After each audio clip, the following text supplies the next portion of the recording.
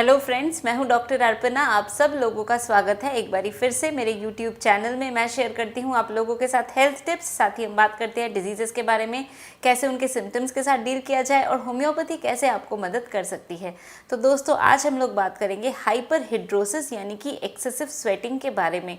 तो इससे पहले कि ये टॉपिक मैं शुरू करूँ, आप लोगों से कहना चाहूँगी, अगर आपने मेरा चैनल अभी तक नहीं सब्सक्राइब किया तो इसको जल्दी से सब्सक्राइब कर लीजिए और बेल बटन को दबाना बिल्कुल भी ना भूलें, ताकि मैं जब भी कोई वीडियो पब्लिश करती हूँ या मैं लाइव Q&A सेशन में हूँ तो आप लोगों तक नोटिफिकेशन पहुँच पाए और आप भी मुझे ज्वाइन कर सके।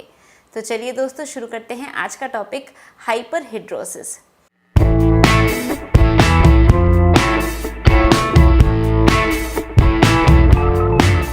हाइपरहिड्रोसिस यानी कि एक्सेसिव स्वेटिंग।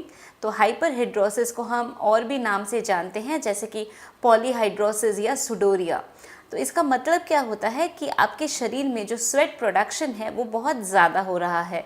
तो स्वेट ज़्यादा बन रहा है और ये नॉर्मली भी किसी कंडीशन में ऐसा हो सकता है, किसी किसी कंडीशंस में, जैसे जब एडोलेसेंट ईयर्स होते हैं या जब प्यूबर्टल चेंजेस आते हैं बॉडी में, तो उस टाइम पे भी बॉडी में एक्सेसिव स्वेटिंग होना, तो ये एक नॉर्मल सिम्टम होता है।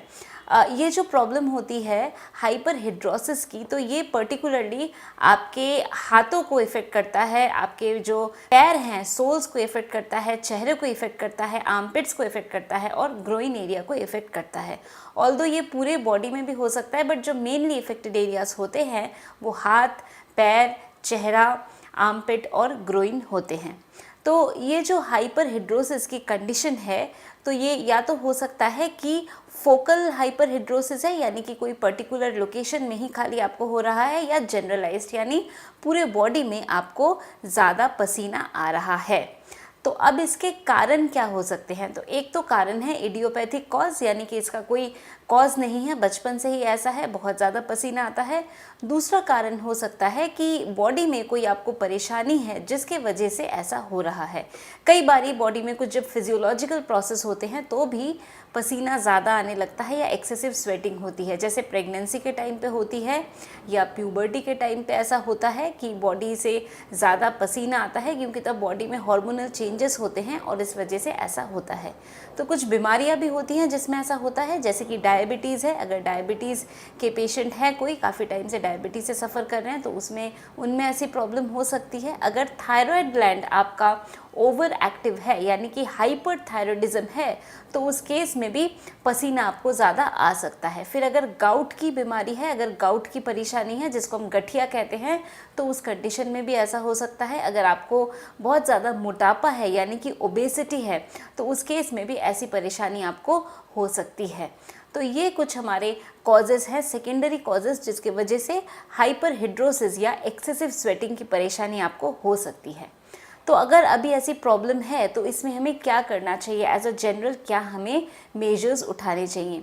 तो सबसे पहले तो ये कि जो आप कपड़े पहने, तो नायलॉन और जो सिंथेटिक के कपड़े होते हैं उनको आप अवॉइड करिए। कॉटन के कपड़े पहनिए जो कि स्किन में इजी हो और जिससे स्किन आपका ब्रीथ कर सके, तो ऐसे इजी आप कपड़े आप पहने, तो कॉटन के कपड़े सबसे अच्छे हैं।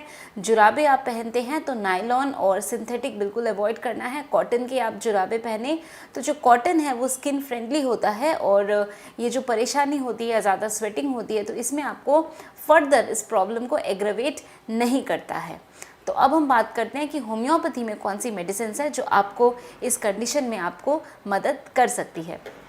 तो दोस्तों, जैसे मैंने बताया कि सेकेंडरी कॉजेज़, यानी अगर किसी बीमारी की वजह से आपको ऐसी प्रॉब्लम हो रही है तो हमें उस बीमारी को ट्रीट करना ज़रूरी है, क्योंकि उस केस में हाइपरहिड्रोसिस आपको एक सिम्टम की तरह मिल रहा है और जैसे आप बीमारी को आप ठीक करेंगे तो आपका सिम्टम भी वो ठीक हो जाएगा। दूसरे जो भी केसेस है जिन पे हाइपरहिड्रोसिस की परेशानी है, तो उनमें कौन सी मेडिसिन यूज़फुल है? तो सबसे पहली हमारी मेडिसिन है कैलकेरिया काब। तो कैलकेरिया काब में हम क्या देखते हैं कि बहुत ज़्यादा स्वेटिंग होती है और स्पेशली सर पे बहुत ज़्यादा स्वेटिंग होती है, यानी कि कैलकेरिया काब के जो लोग होते हैं, जो पेशेंट होते हैं, वो जब सोते हैं तो उनका जो पिलो है, पिलो भी पूरा गीला हो जाता है। और बच्चों में ख़ास तौर से ये परेशानी काफ़ी ज़्यादा मिलती है कि पिलो उनका पूरा गीला हो जाता है पसीने से, और साथ में कफ एंड कोल्ड की टेंडेंसी रहती है, ठंड बहुत ज़्यादा लग जाती है। तो अगर ऐसी प्रॉब्लम है तो कैलकेरिया काब एक बहुत अच्छी मेडिसिन है। नेक्स्ट हमारी मेडिसिन है साइलीशिया। साइलीशिया में हम क्या देखते हैं कि पसीना हाथों से और पैरों से काफ़ी पसीना आता है और साथ में पसीना बहुत ज़्यादा ऑफेंसिव होती है, यानी उसमें से बहुत ज़्यादा स्मेल आती है। तो अगर ऐसी परेशानी है तो साइलीशिया बहुत अच्छा काम करती है। नेक्स्ट हमारी मेडिसिन है हीपरसल्फ।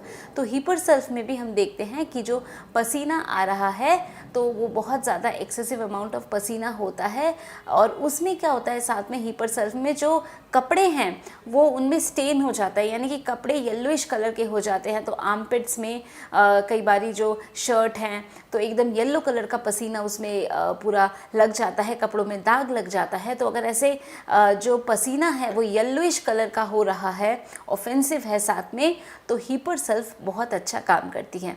नेक्स्ट हमारी मेडिसिन है सोराइनम। सोराइनम में हम क्या देखते हैं कि सोराइनम के जो पेशेंट्स होते हैं वो बहुत ज़्यादा, उनको ठंड बहुत ज़्यादा लगती है, यानी कि गर्मियों के दिनों में भी उनको बहुत ज़्यादा ठंड लगती है और सॉक्स हमेशा पहन के रखते हैं, कैप हमेशा पहन के रखते हैं, तो बहुत ज़्यादा सेंसिटिविटी है कोल्ड के टुवर्ड्स।